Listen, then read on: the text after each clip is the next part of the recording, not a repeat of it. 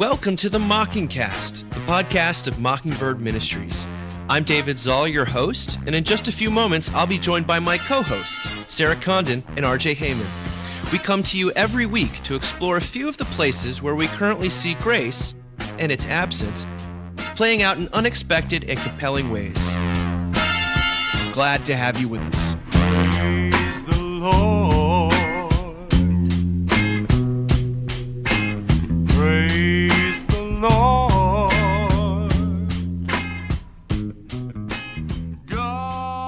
Happy birthday to us. Happy birthday to us. It's kind of an arbitrary thing, 200 episodes, but I feel it's worth celebrating in a world in which we've made it, baby. We've managed to keep it going for a little while.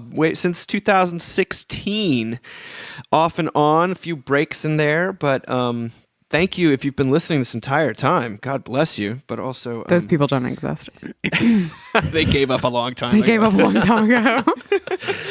But it is such an honor, and as we always say, it's a labor of love. So, reflections from you. We've got a lot of people wrote in to sort of share some of their favorite moments. But before we read some of those, what do you guys think, Sarah, RJ? I cannot believe people listen to this. It really genuinely, I say this to people when we get these like sweet emails and stuff. It genuinely feels like just having a conversation with two of my friends. And I feel really lucky that I talk to you guys more than I talk to a lot of my friends. And I feel really lucky to get to do that. So it's amazing that anyone listens to this to me. I feel the same way. It's just like one of the best things in my life. And you two are so funny and talented and insightful. There have been so many weeks where I'm like, what am I going to preach this Sunday? And then the Mockingcast comes up like, oh, there you go, a little gift. Yeah. What a huge blessing to be spend time with you guys and then to be useful by God's grace in other people's lives, to be useful sinners, to quote a Mockingbird publication. It's been fun and just humbled to do this with you guys. So thank you. And thanks to everyone out there who listens. Jeez Louise. Yes. I don't think I expected to enjoy, sometimes projects have a shelf life. Didn't expect to enjoy spending time with the two of you. I didn't expect to enjoy it. I expected to enjoy being with you guys. I didn't know if I expected to enjoy the format so much. I like it. The whole thing is essentially improvised because none of us have scripts, and that is so refreshing, to hear. We just go wherever it takes us, basically, with some signposts along the way. And I understand, I guess, why podcasts have become so popular, having to put these together now for however many years. But Dave, I gotta say, you tee it up. You teed up pretty well, man. You're the curator. Like, you're the one who picks the articles. You're the one who reads all this stuff. Blame Dave. You make our lives pretty easy. So just kudos to you, David Zoll, for all that you have accomplished. And, well, it is interesting. If you figure out what can be teed up and what shouldn't be teed up, and what. And also, like, there's been a few times there's a few outtakes out there that someone will hopefully never hear unless Sarah runs for president one day, in which case it's all coming. It's all going public. Mutually assured destruction. It's very no one will rare. put me up for bishop, but they will nominate me for president. I think that says something. That says something important. I was asking people about their favorite moments of the last, of the run. And Sarah, Get in the Pool got like 4 or 5 different votes from people. Absolutely. Oh, no, you're going to die. Get in the pool. You're going to die. But also... Do we have T-shirts with that yet? We need T-shirts. I think there was Mugs, a moment T-shirts, when we did. bumper stickers. We need it. RJ, someone wrote in to say that your Jesus' Aunt Becky riff that was completely unplanned was that was the penny dropped for them in a very powerful way. And then, anytime we've referenced our Holy Trinity of Dolly Parton, Fred Rogers, or Weird Al, a lot of people have mentioned those episodes in particular as being kind of fun. I guess we have to find some more characters to profile. But I have another one person in Chattanooga said that she actually thought RJ was the one singing "Praise the Lord" during the opener. And I have heard from some folks that enjoy it. That's absurd. It's me, clearly. Obviously. Let's she hear it, sings RJ. bass. What Come are you on, going to do? can do it. You can do it. Praise the Lord. Oh my God. Praise the RJ. Lord God. I definitely, yes, I have that much soul. Absolutely. I'm that much soul over here in West Palm Beach, Florida. Dutch soul. The best kind of soul. Here's a message from someone on Instagram named L. Bex. She said, I look forward to the Mockingcast every week. I love hearing your take on cultural commentary and how to see the world through a grace-tinted lens. This has opened my eyes to examples of grace everywhere in my own life and in the media I take in. The Mockingcast has deeply encouraged me in my parenting, and I really enjoy hearing about how you navigate the difficult waters of kids in our anxiety-filled culture. The Mockingcast has let me accept grace for myself and give it so much easier. Thank you for keeping it real, being smart, and enjoying your forgiveness. Thank you, thank you, thank you. Well, thank you. Thank you, Elbex. I appreciate that. That's so sweet. I got Ben Fort wrote in to say, what I appreciate most about the Mockingcast is how it's helped shape my vision over time. Because of the podcast, the dynamics of grace and law are easier for me to see in the news and in my life. Sarah, do you have the one that I told you? I do. Told you? Sarah, why don't you read that one? Okay. I was introduced to the Mockingcast by my pastor shortly after you three became the full-time hosts, and I have been deeply grateful for it ever since. I will never forget Sarah telling that lady to get into the pool because she was going to die someday. or RJ breaking his fast because he found a free juice stand. Unlimited juice? Unlimited This juice. party is going to be off the... It's gonna be lit. I got my beret. And Dave's memes and articles frequently make my day. My pastor and I joke that we must be closeted Episcopalians since we both love the podcast so much. But really, it's just a testament to your balance of human stories and struggles and your wisdom steeped in God's grace. You keep me laughing and crying in equal measure. It is my weekly reminder that no one has this Christianity thing on lockdown, and that my inability to meet the law is just an amplification of God's amazing forgiveness. Ooh, honey, you are preaching to me right now. I need to hear that. Y'all are goofy, grounding, and loving, and have been an inspiration in my own walk with Christ. Thank you for all you do, and congrats on the 200th episode milestone. I don't know if y'all want to do another 200 episodes, but I'll be listening if you do. That's so sweet. That's so good. Gosh, Thank you. guys. Thank yeah, you. thank you.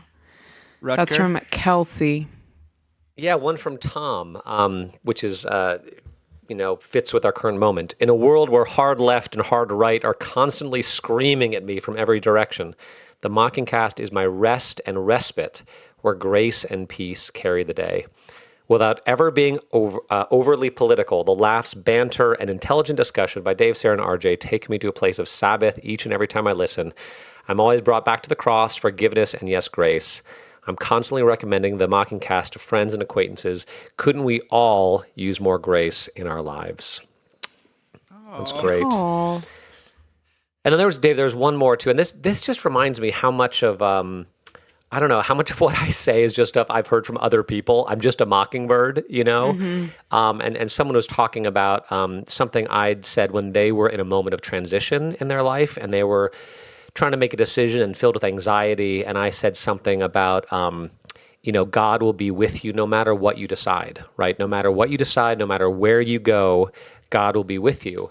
And that's something that our dear friend Jonathan Adams said to me now probably about, 10 years ago when I was in a moment of transition and anxiety. And he said, RJ, you can't make a wrong decision because wherever you go, wherever you end up, God will be with you.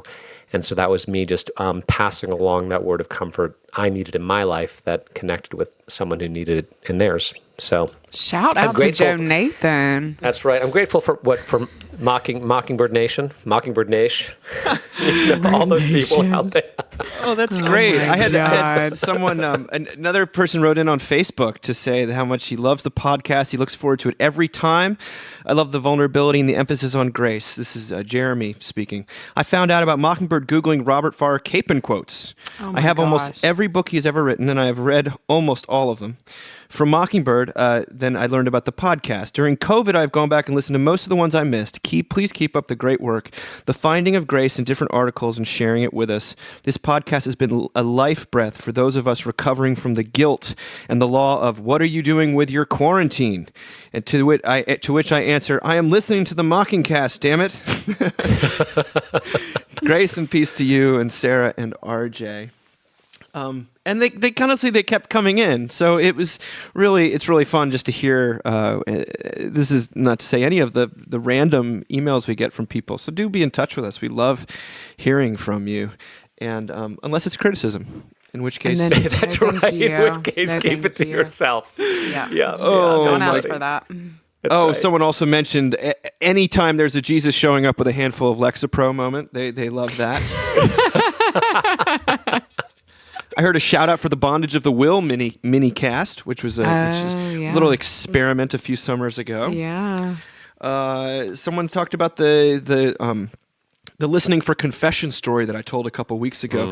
Janelle said that it gave me restored hope to offer in confidence that the grace of Jesus has carried us this far and will lead us home.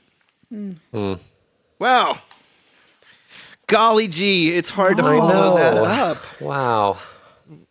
Thank you. Thanks, everyone. Yeah. Thanks, everyone. It's been what a great episode. We'll see you next time. Well, for our 200th episode, my idea was to delve into some of the articles that predate our podcast and stuff that seems to continue to carry relevance and also just fit the vibe of what it is we're doing here. And the first one, I felt like we couldn't go without doing one of Tim Kreider's greatest hits. One of Tim Kreider, the essayist and who wrote for the New York Times for a long time. And he wrote an essay that was collected in his book called We Learn Nothing. The essay is called The Tsar's Daughter. This was really connected with people, I think back in like 2012, way back then. And it involves a deceased friend of Tim's whose name's Skelly. Apparently, Skelly was quite the character who was reputed in the stories, in their own circles, for the stories he told about himself, most of which were, in Tim's word, not in the strictest, most literal-minded sense of the word true. But he describes Skelly as a teller of tall tales who's lovable in the extreme and a self-described Christian. Now, after he died, Tim and his friends learned some rather disconcerting truths about Skelly's mental health.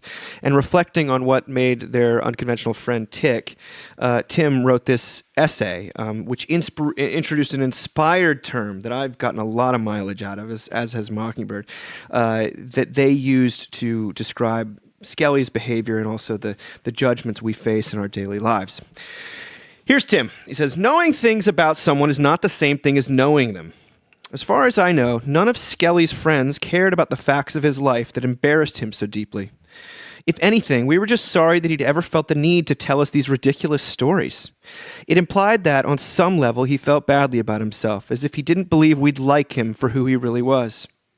What someone's lies reveal about them, aspirations to being an accomplished writer, fantasies of an exotic history and a cosmopolitan family, are always sadder than the fact of the lives themselves. Years ago, here's where we sort of get to the term itself. Years ago, a friend of mine and I used to frequent a market in Baltimore where we would eat oysters and drink beer. One of the regulars there had the worst toupee in the world. A comical little wig taped in place on the top of his head. Looking at this man, we developed the concept of the soul toupee. Each of us has a soul toupee. The soul toupee is that thing about ourselves we are most deeply embarrassed by and like to think we have cunningly concealed from the world, but which is in fact pitifully obvious to everybody who knows us. Contemplating one's own soul toupee is not an exercise for the faint-hearted. Most of the time, other people don't even get why our soul toupee is any big deal or a cause of such evident deep shame to us. But they can tell that it is because of our inept, transparent efforts to cover it up, which only call more attention to it and to our self-consciousness about it. And so they gently pretend not to notice it. Meanwhile, we're standing there with our little rigid sponge-like square of hair pasted on our heads thinking, "Ha! Got 'em all fooled." What's so ironic and sad about this is that the very parts of ourselves that we're most ashamed of and eager to conceal are not only obvious to everyone else, but are also quite often the parts of us they love best. Skelly's stories themselves, not their content, but the fact of his telling them, were part of what we liked about him. So good. Soul toupees. I remember when this came out though, because hair loss for me started 2009, and I was like, I'm not reading this. It's too much. Not reading anything about together a soul toupee at once for me. I don't know. This makes me think a lot about, and people, I don't know, people can be really harsh about this, but I think it's valuable, about like inner child work. And, thinking about the little person that lives in all of us and what that person needed and maybe didn't get, and what that person longed for and hoped for, and what that person was afraid of, and how that's really still true now, right? And that some of the most beloved hopes and dreams that little person had are still there. I recently was a reader for my daughter's first grade class. And I think I've said on here before, like I always wanted to be a elementary school teacher, but I never like said that out loud because it's not like a strong feminist thing to do, in my little brain it wasn't. And I don't know, there was something so beautiful about that moment, about being with those kids in that moment in that way, and that like fed me. I don't know. I think also recently, I've been avoiding, you guys, this is like the lamest, but I have always wanted to do calligraphy. Even when I was a little kid, I like had the little calligraphy sets you would get, and I was obsessed with them. And I, as an adult, calligraphy is very in right now, right? Like, are you even a Christian woman if you don't have a print in your house from Hobby Lobby written in, calligraphy by a small child in China that says, "It is well with my soul." And all shall be well, and all shall be well. And all shall be well. Yeah. Yeah. So I really with a lot of trepidation bought myself a calligraphy book and a set of pens, and I was convinced my husband was going to make fun of me. For whatever reason, I don't know why, I was convinced he was going to make fun of me. And I kind of like low-key pulled it out. We're sitting on the couch together and like started like practicing very poorly at calligraphy. And he goes, "I'm in such awe of you."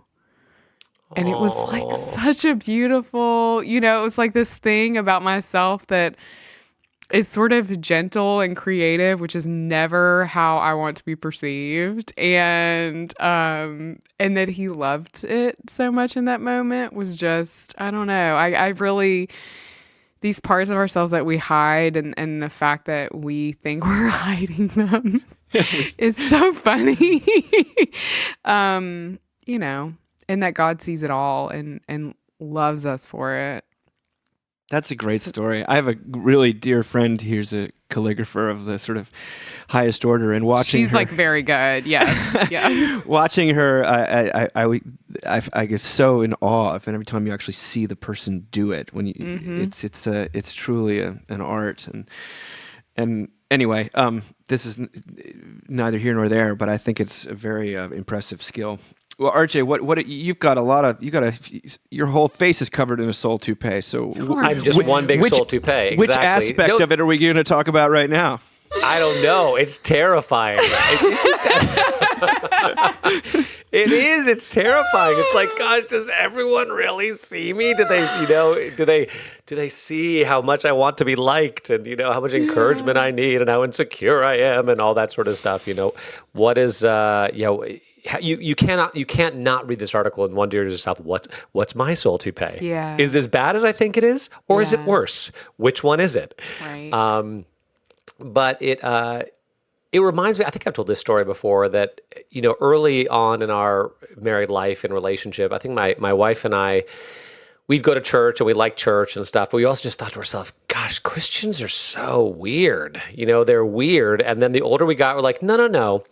everyone is weird. It's just that Christians are, you're around them a little more and they're a little more comfortable with their oddities or something like that. And then as we've been married for longer, we see each other's soul toupees more clearly. Like when I'm being encouraging to my wife and I'm like, gosh, honey, you're the best and you just look so beautiful and you're you're an amazing mother. And she looks at me and she goes, oh, honey, do you need some encouragement right now? It's that. I'm like, oh. I thought I was hiding. I thought you couldn't tell that. What kind of question is that? But there is, right, that this essay is a beautiful picture of what real relationships, real friendships, real community looks like, where you see each other's soul toupees and you love each other anyway. Yeah, there's a quote that we use quite a bit, or we have used in the past, from Walker Percy, that we love those who see the worst of us and don't turn their face away. And I've been reading the book from which that quote comes, called Love in the Ruins, and it's a uproariously funny, unnervingly prophetic book. But that passage is when he's checked himself into a mental institution for a complete breakdown, and he talks about the freedom he experiences as part of this institution of sort of, I don't know, outcast, or it's not cuckoo's nest, but it's close, and that's what he's talking about. He's saying that the other patients at the clinic saw him for who he was at his worst, and they loved him still. That's where he experienced that. I thought that was a really interesting little fill in the context for that beautiful, almost calligraphyable quote. Made me think of, I remember a few years ago walking in on a couple of my wonderful Mockingbird colleagues, Will McDavid and Ethan Richardson, and they were doing an impression of me, acting like I was paying attention, like trying not to be distracted. I guess I'm very distractible, and some people say I've got ADHD and that I can't multitask and all these things. And I think that I've completely hidden that part of myself, and that no one knows that. I'm just thoroughly present everywhere I go, ministry of presence. And they had me down cold, and I was like at the same time I was like, oh crap. But then I also felt like really, really loved. It was a moment. They weren't doing it in. Maybe there was a slight bit of edge to it, but for the most part, it was like, that's just who Dave is. How long do I have his attention for? When is he gonna get off the phone and all that stuff? So, I felt very loved in that moment, because that's what grace is. That's what grace is, when people love. It also reminded me of that wonderful quote from Mary Carr. When she was talking about memoirs and reading memoirs, that work and that don't work. And she said, we each nurture a private terror that some core aspect of either ourselves or our story must be hidden or disowned. Yet with every manuscript I've ever edited, even grown-assed writers, the traits a writer often fights hardest to hide may serve as undeniable facets of both self and story. It reminds me too, Dave, of another term we've used quite a bit in the podcast, that a soul toupee is the opposite of the purity spiral, right? It's the complete opposite. Yeah, it's seeing each other as we are and loving each other, as opposed to making this, unbelievable, harsh demand that you must be perfect and pure. And yeah. Well, we're going to move on from soul toupees onto America the Anxious. One of our abiding themes on this podcast is anxiety. And Ruth Whipman, who is an English writer who lives in America, she wrote an unbelievable article about America and about happiness and anxiety. And she wrote it back in 2012 and then turned it into a book which came out. And this is what she writes. Despite being the richest nation on earth, the United States is, according to the World Health Organization, by a wide margin, also the most anxious, with nearly a third of Americans likely to suffer from an anxiety problem in their lifetime. America's precocious levels of anxiety are not just happening in spite of the great national happiness rat race, but also perhaps because of it. In America, happiness is work. Intense, nail-biting work, slogged out in motivational seminars and therapy sessions, meditation retreats, and airport bookstores. For the left, there's yoga. For the right, there's Jesus. For no one is there respite. There is something joyless about the whole shindig. The people taking part in happiness pursuits, as a rule, don't seem very happy. At the one and only yoga class I attended, shortly after arriving in the United States, the tension and misery in the room was palpable. Which makes sense because a person who was already feeling happy would be unlikely to waste the sensation in a sweaty room at the YMCA. The happy person would be more likely to be off doing something fun, like sitting in a park drinking. Since moving to the States just shy of a year ago, I've had more conversations about my own happiness than in the whole rest of my life. The subject comes up in pushing swings alongside a mother I've met moments before, with the man behind the fish counter at the supermarket, with my gym instructor, and with our babysitter, who arrives to put our son to bed, armed with pamphlets about a nudist happiness retreat in Northern California. While the British way can be drainingly negative, the American approach to happiness can spur a debilitating anxiety. The initial sense of promise and hope is seductive, but it soon gives way to a nagging, slow-burning feeling of inadequacy. Am I happy? Happy enough? As happy as everyone else? Could I be doing more about it? Even basic contentment feels like failure when pitched against capital H happiness. The goal is so elusive and hard to define, it's impossible to pinpoint even when it's been achieved. A recipe for neurosis, in other words. Boom. Are you happy? I mean, I think this is like where Mockingbird does some of its best work around how people are told the way they should feel versus how they feel.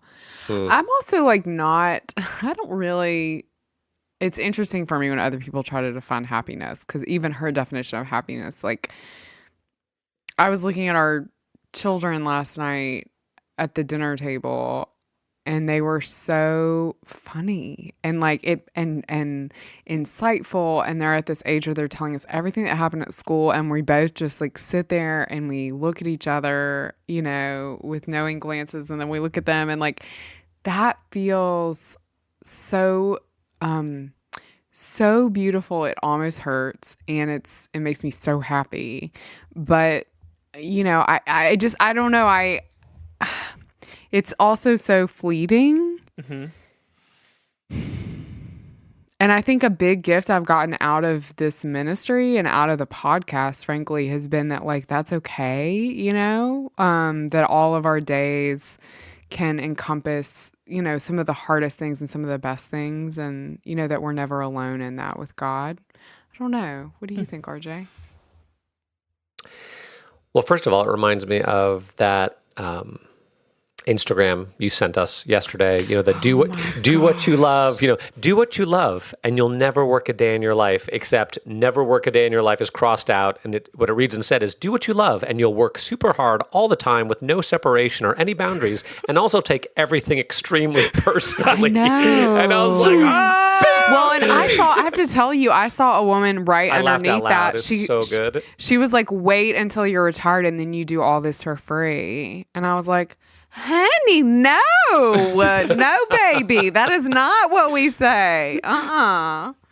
But just personally reflecting, you know, as a professional Christian, I think one of the stories I tell myself is that my happiness will attest to the veracity of what I profess. You know, that whether or not people will take me seriously or take the message I have seriously or take Jesus seriously is in direct proportion to how happy I pretend to be or appear to be. And then I think about the Bible. I'm like, how many people in the Bible would you describe as happy? You know, and I'm like, I'm not so many. And the other reality is that, you know, because I now post all my sermons on YouTube because that's the world we live in. Far and away, my most watched sermon this year was on sadness. Like, was just straight up on sadness. Yeah. And people have told me how much that meant to them, and I'm like, what is true here? What is true here? And you know, I don't. You don't want to be too much yourself, you know. But it's a bit enslaving. You know, this desire, this need, this American need, an American Christian need in particular, to be happy all the time, rather than having the freedom to sort of tell the truth and live in the light, you know, which ironically leads to something kind of like happiness, kind of like freedom, kind of like joy, but you have to have the courage to be willing to tell the truth. Yeah. So, yeah. I was at a commission on ministry meeting yesterday, which is like fancy talk for like people who want to be ordained. They have to go through all these meetings. And so there were all these people from all over the diocese at it. Lots of male rectors under the age of 50. And I know all these guys, right? Because we're all, They sound amazing. Don't they sound amazing? I think you're married to one of them. I am married to one of them. And I would say, how's it going? And they were all like, it's great. Everything's great. Like church is like, one of them was even like, church is great. I was like, wait. Did you find a place the pandemic's not happening? Like church is great. Like I was just like, what? And then I came home to my sweet husband and he said, I think I pretty much said the same thing when people asked me how it was going. And it is that. So I do want to speak to the fact that it's easier for some of us to say, for whatever reason, and sometimes that's gender, it's not great. Everything's really hard, and I'm struggling. And I think, it's a lot. Sometimes that's depending on your station in life and your job. It is really, really, you're pushed into this place where you have to say, everything's great. It's great. It's amazing. Everything's amazing, when it's not. And that's a huge burden to bear. Yeah. Huge. In fact, one of the most comforting things I saw today, I woke up and on Facebook from a guy I know who heads up one of the largest kind of clergy Christian recruiting firms in the country, says, question, has 2020 gotten you down at any point? You're not alone. Way too many leaders I work with say, all caps, yes. I'd love to hear what's helping you cope. Message me. And it has like only 5 thumbs up. Like people are probably, they're like, I'm not liking that. Right. But I kind of want to know. I kind of want to call and be like, how many messages did you get? Because I certainly thought of it, because I'm doing fine. But I thought about, maybe. Tell me who I need to pray for. One of the things I almost brought into this, I guess I'll bring it in now to this podcast, was there's an article about the real roots of midlife crisis that Jonathan Rauch wrote in 2014, I think, in The Atlantic. And he talks about the U-bend of happiness, where people are happier when they're younger, and then they're happier when they're older. And then there's and in fact, this precise demographic you describe, which are sort of professionals in the age of 40 to 50, tend to be the unhappiest of all. And a lot of that has to do with, but it goes younger too.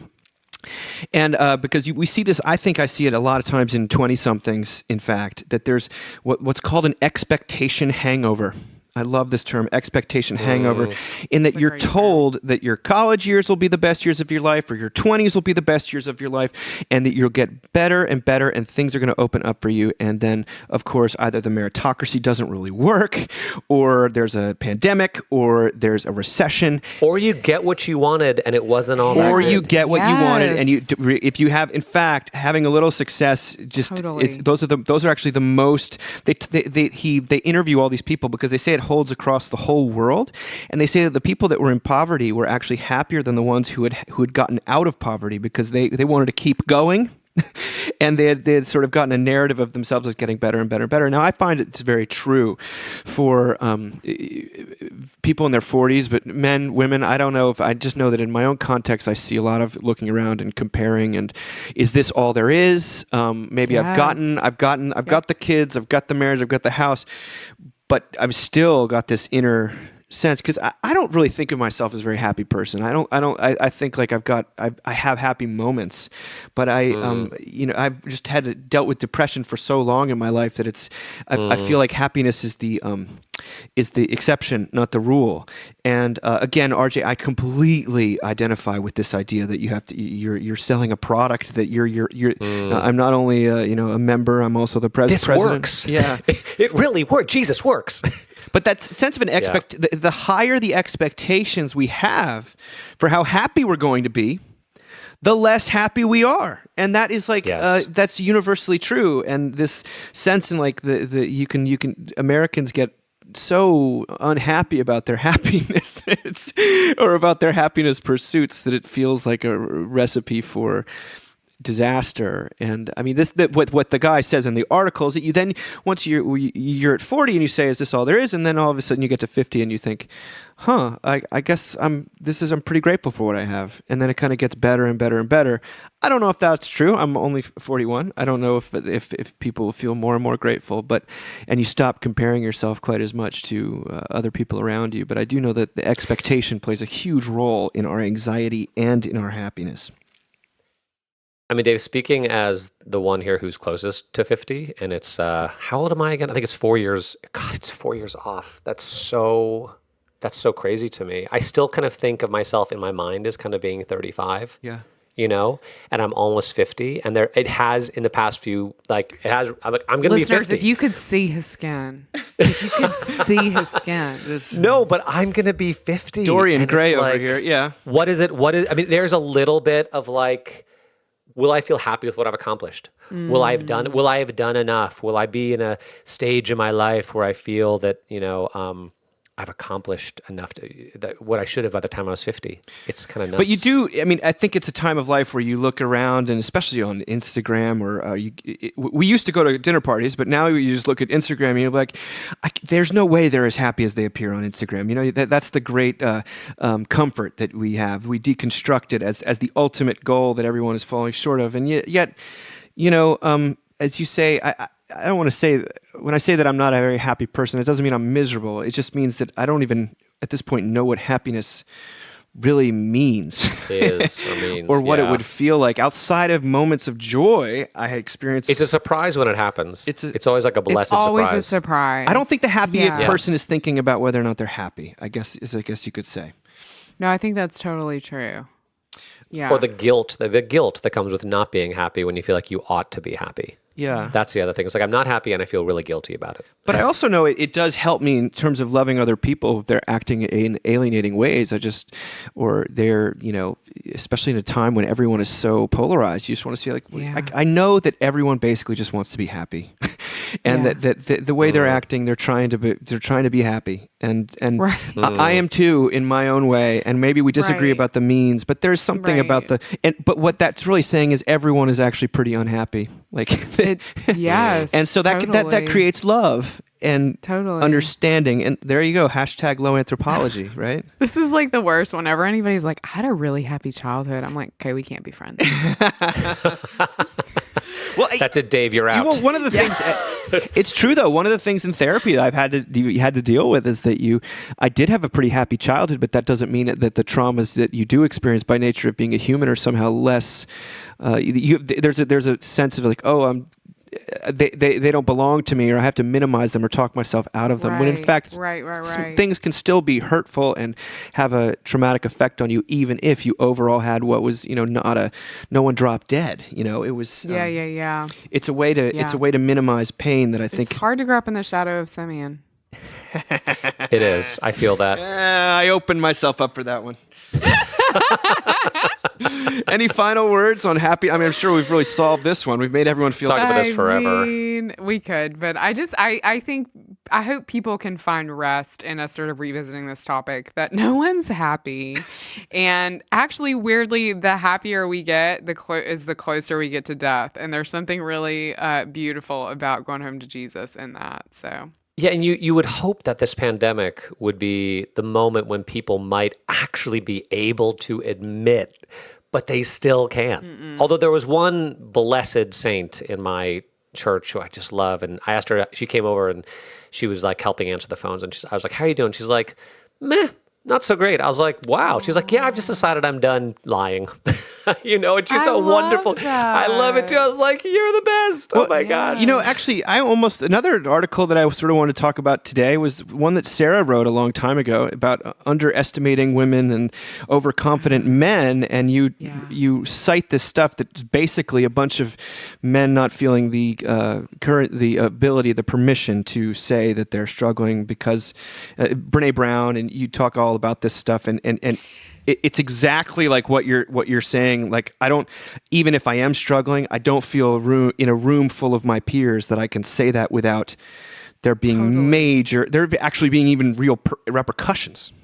I literally see myself like in any group setting I'm in with clergy. I always take the Naughty Bolts Weber approach, which is F it, I'll go first.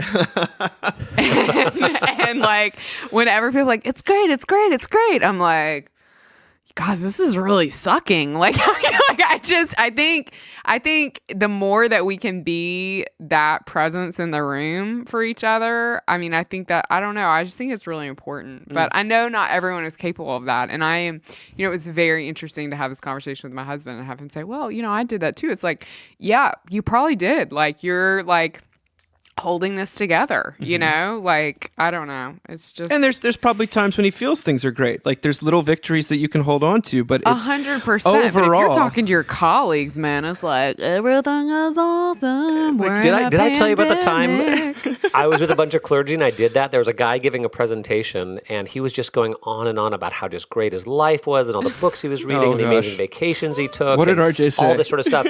and I was just like, I don't get it. Like, I don't understand. I cannot do any of that. No. Like, I'm struggling here. And it was a safe space to do that.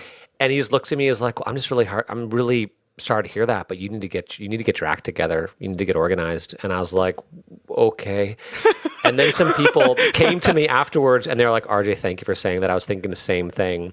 And I found out later this particular person had like just a few months before like almost gotten divorced. Yes. Like really close to gotten divorced. And I was just like, come on, dude. Just like, say that. Please say that. I know. Yeah. It's well, let's go from that's actually a pretty good segue into another article from You're welcome. 2011 and talking about the difficulties of doing the work that we're all engaged in some form of Christian ministry here.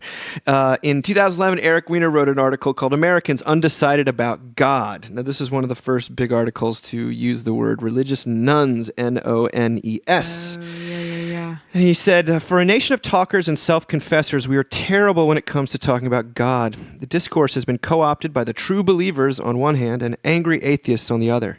What about the rest of us? The rest of us, it turns out, constitutes the nation's fastest growing religious demographic. We are the nuns who say we have no religious affiliation at all. The percentage is even higher among young people. At least a quarter are nuns, and that was 10 years ago. Why the rise of the nuns? Well, two researchers out of Notre Dame think politics is to blame. Their idea is that we've mixed politics and religion so completely that many simply opt out of both. Apparently, they are reluctant to claim a religious affiliation because they don't want the political one that comes along with it. Whatever the case, we are more religiously polarized than ever.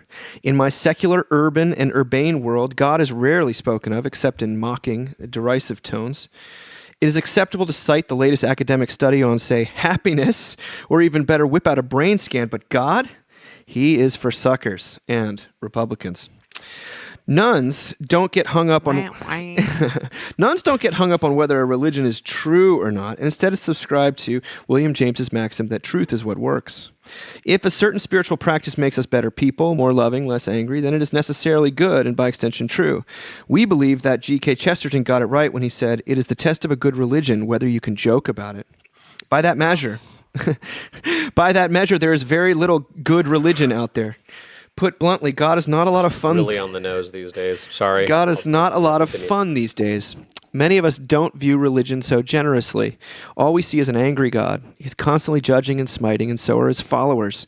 No wonder so many Americans are enamored of the Dalai Lama. He laughs often and well. Precious few of our religious leaders laugh. They shout. What is the solution? The answer, I think, lies in the sort of entrepreneurial spirit that has long defined America, including religious America.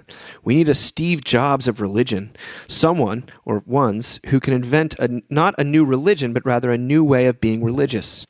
Okay, so we're 10 years on from this article. The rise of the nuns does not seem to be going away. It's only getting stronger. I think the polling around the election was sort of bracing in this respect. And you have we're a part of churches that are, at least nationally, in pretty steep decline. What do you make of this? I want to hear from you as sort of a... Well, it's, you go to these church conferences or theological conferences and no one wants to really confront the elephant in the room, which is that it's dying, like this. Well, but I was I was doing some premarital counseling recently with a couple, one of whom was kind of raised in the church, one of them who wasn't really. And they don't live in Florida, they live somewhere else, but they live in a context where it's sort of not okay to be Christian, right? It's not okay to go to church. And so we're looking over the Episcopal service, and they're wonderful, they're lovely, and they have so many questions, but also fears. Like if we talk about God at a wedding at all to people who may not be Christian, is that going to be offensive? Like they didn't say that, but that was I could feel that. And I sort of said to them, I said, hey, I've lived in California, I've lived in New York, I've lived in all sorts of places where like it was scary to talk about God. Like I totally get that. But let me say, like in my experience, if you can talk about Jesus in a way that is not confrontational, that's generous, that's a little bit funny and human and genuine, like I have not experienced people getting angry about that. And what he's talking about is sort of a new persuasive words, Thornton Wilder type thing, right? That the gospel has to be reinterpreted and recommunicated for every new generation. But I have found in a variety of contexts, like people seem to want to talk about God. They seem to want to hear about Jesus as long as you're, not using it as a cudgel, right? As long as you're not sort of beating them up with it. And Jesus is so compelling. He's so compelling. And so I hope and pray for this, that there'll be some version of talking about Jesus that's going to be palatable to people again and will not carry with it so much baggage, so much political, social baggage. Because it's not true to who he is. It's the opposite of who he is. Jesus doesn't take sides. He takes the side of sinners. That's the only side he takes, I totally agree with you. I think about working with people who, are at an age where it's funny. When I started this job, my sweet mom was like, well, I mean, y'all are going to have, there's got to be at least 15 kids who grew up as acolytes at Rice. Like they were just going to come over. I was like, oh my gosh, like, it's not like that anymore. A lot of my students didn't grow up at church at all,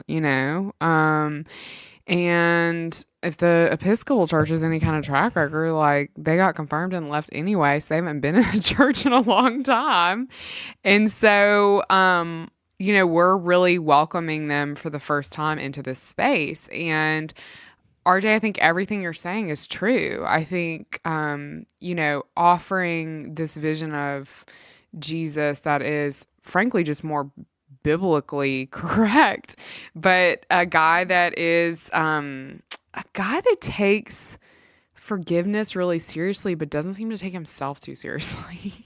And I think that's kind of where we land a lot in the ministry that I work with, is that we really believe this and we really mean this, and also like we are very serious about how hilarious it is too, so I don't know. I mean, it's hard for me to be hopeful because I do see the numbers out of national church numbers across mainline denominations, and I kind of wonder what will be left. I think I've seen these really interesting and by interesting, I mean just very unpleasant conversations from progressive white people about what, Black and brown people should care about when it comes to church. And it's interesting. I was talking to a friend about this because some people she's Mexican, and some people had really gone after her about, the way she thinks about Jesus, the way she thinks, very seriously about theology in a I'll just say in an orthodox way, and in a way that is true to Scripture, that is true to the person of Jesus in Scripture. And she said to me, it was so powerful. She said, Sarah, what they don't understand is that Black and brown people have just needed Jesus more. And I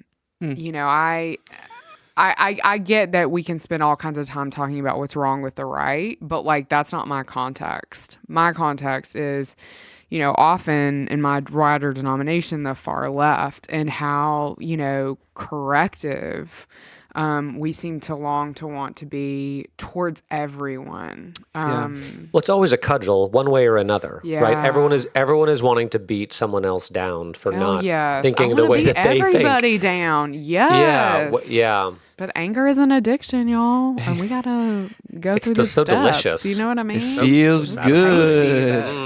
It's the drug of choice these days. I think you do have a lot of a huge amount of I think corrective going on, and just the people that have occupied the religious space for whatever reason, their personalities are quite similar, even if they're not at least we're talking about the institutional church, I guess. Even if their politics aren't that similar, or even their theology, but there's a kind of a frankly a kind of a just a Pharisaism to it that is. Totally. Let me tell you how to be. Let me tell you to think and live. That's why I want to straighten everyone out, and rather than be the place you go when you're not straightened out.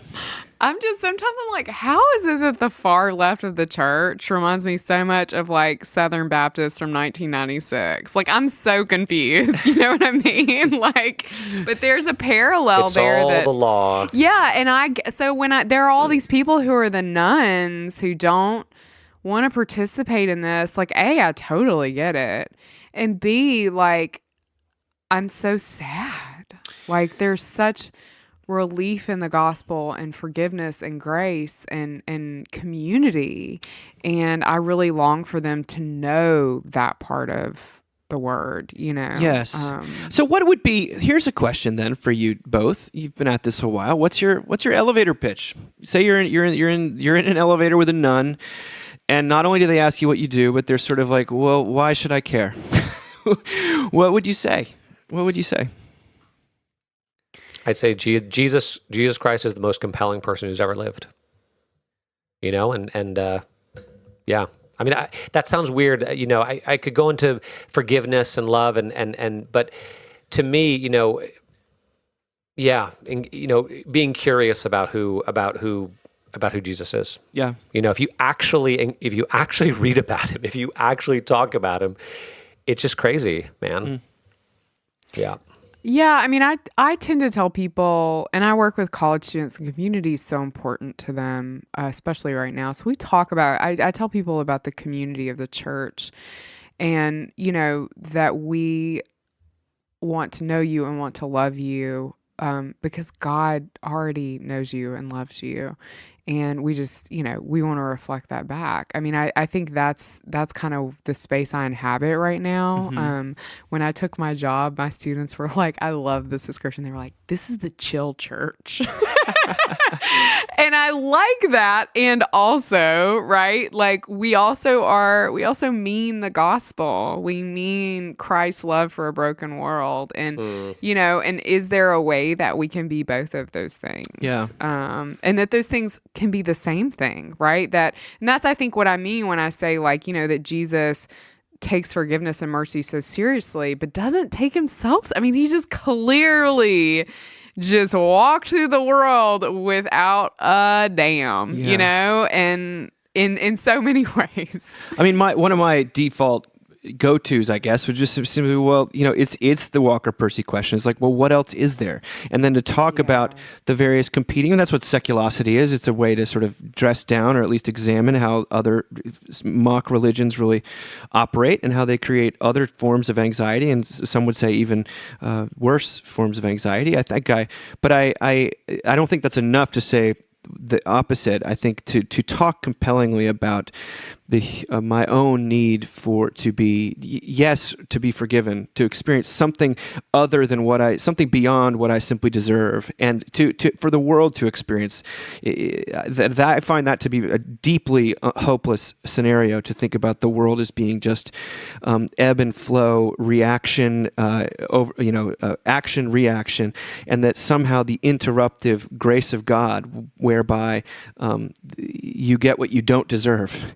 That to me seems to be the only hope for a drowning world, and that, in my mind, is inseparable from the person of Jesus Christ, and that is a lot for people to take in, I suppose. But I mean, that's a long elevator. I mean it.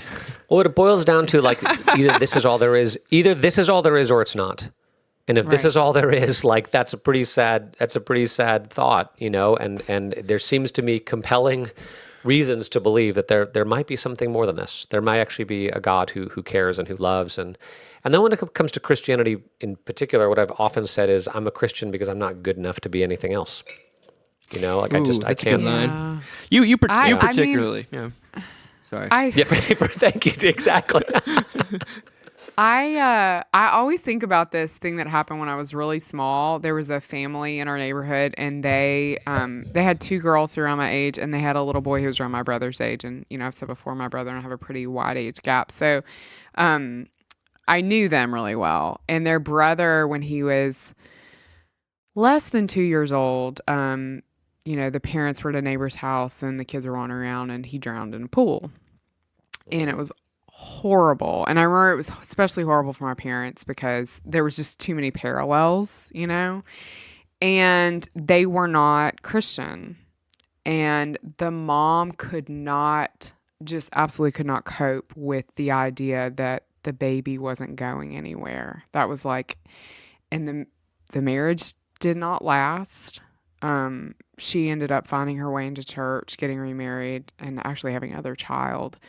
But I think for me, it's like Christianity is so necessary in my life because, God forbid anything like that happen, but things like that will happen. Things of great suffering will happen. And I have to fall apart somewhere. Like I have to know that there's something. I think, RJ, what you're saying is so powerful. Like this can't be all there is. Like I can't cope with that. Yeah, it's not. I admire people who are like aggressively not Christian. I'm like, you must be so much stronger than I am. Yeah. Yeah. There's a reason all the existentialists committed suicide. Yeah. Like I hate to say, Yeah, there's a misconception, and it's not the reason people walk away from Christianity is not only because they've misunderstood it. I think they also just don't see evidence for God, and they're acting out of their own hurt and simply the God's silence. There's no. I want to respect the fact that some people do engage with the real stuff and just cannot swallow it, but I also know that. The question is always like, if your faith is not a way of getting around problems in life, it's a way of getting through them, and it's where you go when you're in the midst of them. And God, that's where God is, and that to my mind is something that has gotten lost a lot of times. And they say, well, God, this can't be true if this terrible thing has happened to me. And you say, well. Look at what happened to God. Or anyway, maybe that's too much for an elevator pitch, but I do wonder about what the next generation. I don't think we would take anything for granted in terms of their sort of religious point of view, but I also think that they're living under an enormous burden of proving and performance and nonstop comparison that is truly diabolical and it's killing them. It will take its own pound of flesh. Yes. I don't want to posit Christianity as a cure for your mental health, but I do think it's an oasis for people who are sick and tired and exhausted and have nowhere else to go. And I wish that would come across. In fact, the last thing we're going to read today is sort of in line with everything you've been saying. It's from Francis Spufford. His book on apologetic came out before we started this podcast, and it has some of the best language about God, and especially about Jesus. It's incredible. If you haven't read it, you have to. I just started rereading it yesterday, not knowing we were going to talk about it. It is just so unbelievably good. If you want to know what we mean when we say Jesus is compelling, here's how he puts it.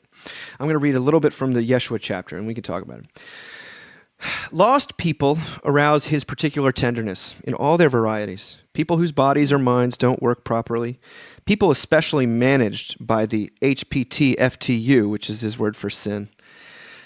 People who one way or another fall foul of purity rules, whether it's their own doing or not. People who live beyond the usual bounds of sympathy because they're ugly or frightening or boring or incomprehensible or dangerous. People who are not people like us, whoever we happen to be. People who are not the right kind of people, whatever that is being defined as. In theory, Yeshua, Jesus, has come to help the lost sheep among the God-fearers, the lost sheep of Israel. That's what he says.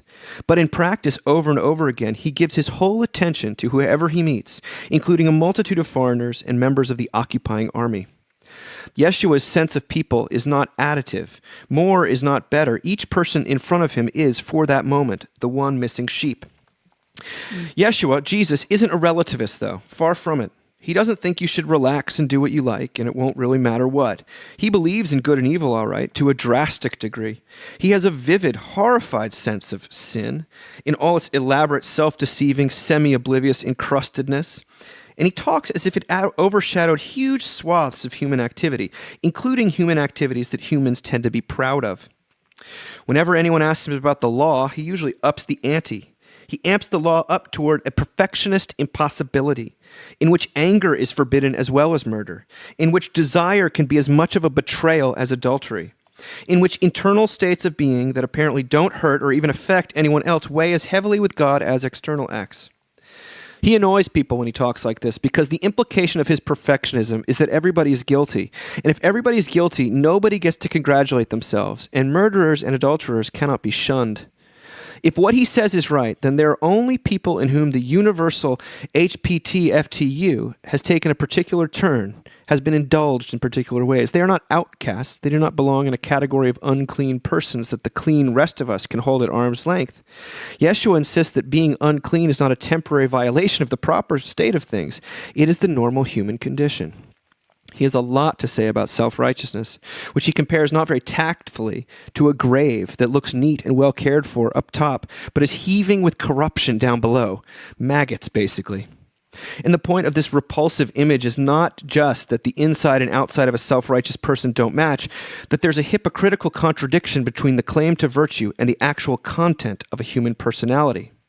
It's also that, for him, being sure you're righteous, standing on your own dignity as a virtuous person, comes precious close to being dead. If you won't hear this bad news about yourself, you can't know yourself.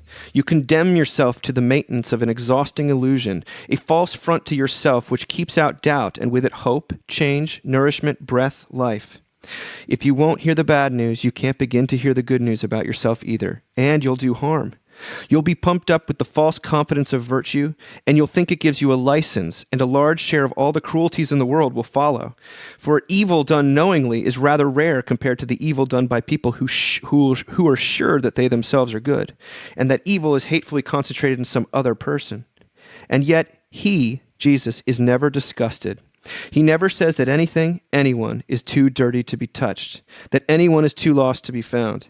Even in situations where there seems to be no grounds for human hope, he will not argue that hope is gone beyond recall. Wreckage may be written into the logic of the world, but he will not agree that it is all there is. He says, more can be mended than you fear. Far more can be mended than you know. I know it's a lot. It's a lot of words. It's beautiful words. To me, those are just so persuasive, to someone who lives in the world, who is willing to just tell see the truth of their own existence and face what life looks like, what hopeless life looks like. If there's nothing more than that, to me, that connects. It might make good Christian people a little bit nervous. It makes me a little bit nervous because we want to believe the best of ourselves. We want to believe what we're capable of. And yet to someone who is a little more pessimistic or realistic or whatever, I just think he's speaking. It's the truth in a way that no one else seems to be talking about. Yeah, it makes me think a lot about. I've been thinking a lot lately about anger and how anger is this just like the loveliest blanket emotion to wrap yourself in, so you don't have to deal with all of the emotions underneath it. And how anger and self-righteousness in a lot of ways are the same thing. I heard this story about this prisoner ex-con who was going through some sort of anger management stuff, and he was yelling and big and angry, and the facilitator asked him to literally get on the floor where his elbows or his knees were at his ears, almost to crouch that low. And then it was now tell us how you feel. And he was able then to say, I'm sad and I'm lonely and I'm disappointed. And I think that there's something about the gospel, And it's funny, it's like happiness and anger, especially like the mandate of happiness, are similar, and that there are all these things underneath, and those things are so beautiful and so painful, and Jesus compels us over and over again that that's the space we're called to live in. And that's not easy at all. And, I would say I spend a solid 95% avoiding that space. But that is the sweet space that we're called to live in. That's beautiful. And in our culture, anger is a completely accepted emotion. Oh, totally. Like yeah. if you're not outraged, you're not paying attention. Yes. But God forbid you say, I'm lonely, I'm sad, Yeah. I'm struggling. Like, that's not allowed. Yeah. Or anger even the is people lifted that, up. the people that you're angry with, like to look at them and say they're struggling, right? They're lonely. They're trying to find hope in a hopeless moment. Like the gospel just like cracks that open. And once it's been opened, I mean, that's the warning label that should come with Christianity. Yeah. Because you can't undo it. And so all the things you used to be able to do, I mean, I guess maybe that's sanctification is anger doesn't feel as good as it used to. Well, we saw a powerful example of that on Saturday Night Live last week when Dave Chappelle addressed the nation and ended up sort of pleading for magnanimity on behalf of the people that the sort of villains in that scenario. Remember how you felt 4 years ago. Half of the country is feeling that way right now. Yeah. And that's he could say it. I can't say it. In fact, I got a vicious response to something I wrote recently, in which the person said that our take on grace is so overpowering that it suggests that what we do doesn't matter, and that nothing we do matters, and it's a sort of an individual piety, which is it was a. I can know where they would get that impression, and yet at least what Spufford is saying about Jesus is that no, what you do matters. It matters more than you know. Jesus. That's so, I mean, Dave, you're so gracious, but like I am such a kinder person because of the message of the gospel. I'm such a more generous person because of the message of grace. Like I get really frustrated when people say that about us. I get mad, but I get angry because underneath it, I'm like, you don't know how broken I was. Like you don't know how much I lived in anger and self-righteousness and rage before I heard this. Like it just is like you've missed the point if you think that it's too much. You've missed the point. Or when you think that then therefore because all of your actions matter so much that you're just going to give up eventually. And like it's a new kind of slavery. It's a new kind of slavery. Sarah, you said something to me the other day. It was one of these Holy Spirit moments. I got a text one night. I was feeling discouraged after actually receiving this very attacking response. And you said to me, you said, if you're really on the side of grace, you have to accept the fact that there aren't any sides. Which was so weird, Dave, because, I'm all pray by my bedside on my knees. And I had prayed and I got up and the phone was right there. And it literally was like, God was like, you need to text this to Dave Saul. And because I didn't really know what was going on with this email or whatever. And so it was such a Holy Spirit moment. And anyway, but it's true. Like, I mean, I totally feel like those aren't even my words. Like God just, if you're really on the side of grace, you have to accept the fact that there aren't any sides. I mean, that to me, it's enough to make me cry right this minute thinking about it, because our sides are so precious to us. And the last thing the self-righteous person wants to give up is their righteousness, and it's including myself. And anyway, that to me was a Jesus moment spoken to me when I thought, oh crap, have I taken the wrong side in some way? Have I been irresponsible in advocating for the unheard in my own way? And it was anyway. It was a Holy Spirit moment for me, and I thank you for it, Sarah. And I want everyone to hear that, because that's the warning label that needs to come on the package when you become a Christian. Like, warning, you're not going to be able to basically be on any side that you're on too strongly is going to you're going to be stripped of it. It's the second. But you'll be you'll be on everyone's side. Yeah. That's the thing. It's like you don't take. It's not that it's an absence of sides. It's that you're on everyone's side. Right. Because Jesus is on everyone's side, and not to say I accomplish that at all. Right. But that's what we're called to. Right. That's like the Choose Your Adventure books. Do you guys remember those? Like, I feel like there's always like an extra step for Christians. It's like we do the step everybody does, right? Initially, where we're like, I'm bad as hell and I'm gonna key a car. And then on Christians Choose Your Adventure, there's like a little note underneath that's like, turn to page 42. And then you get to page 42 and you're like, you got to remember that Jesus loves these people just the way he loves you and all your wretchedness. And you're like, damn. I know. It does. It undercuts you. It's not just deconstruction. No. Yes. So, well, that's 200 episodes of this reminder of, or hopefully, if those emails we read at the beginning of the time have any merit, well, then hopefully that Jesus is on all of our side in the midst of our conflicted, heavy demands and unhappy, very often unhappy, but also occasionally deeply joyous everyday lives, not out there, not in the news, but actually where we're living.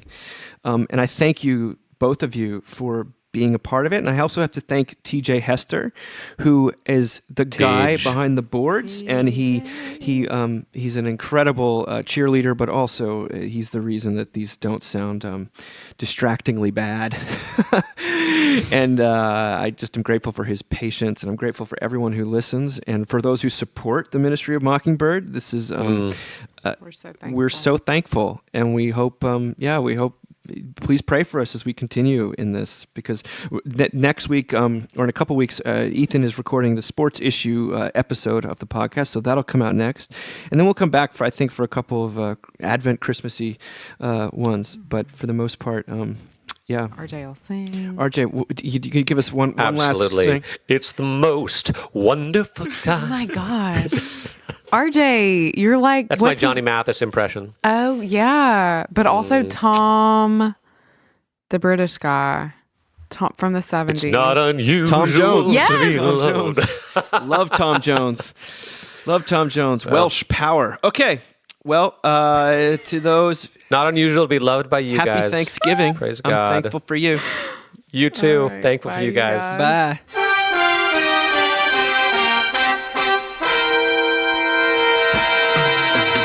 Thank you for listening. Remember, you can find us on the web at www.mbird.com. And we'd always love to hear from you at info@mbird.com. Audio production for the Mockingcast is provided by TJ Hester. And if you like what you've heard, please drop over to iTunes and leave us a rating or review. Until next time. Praise the Lord. Praise the Lord.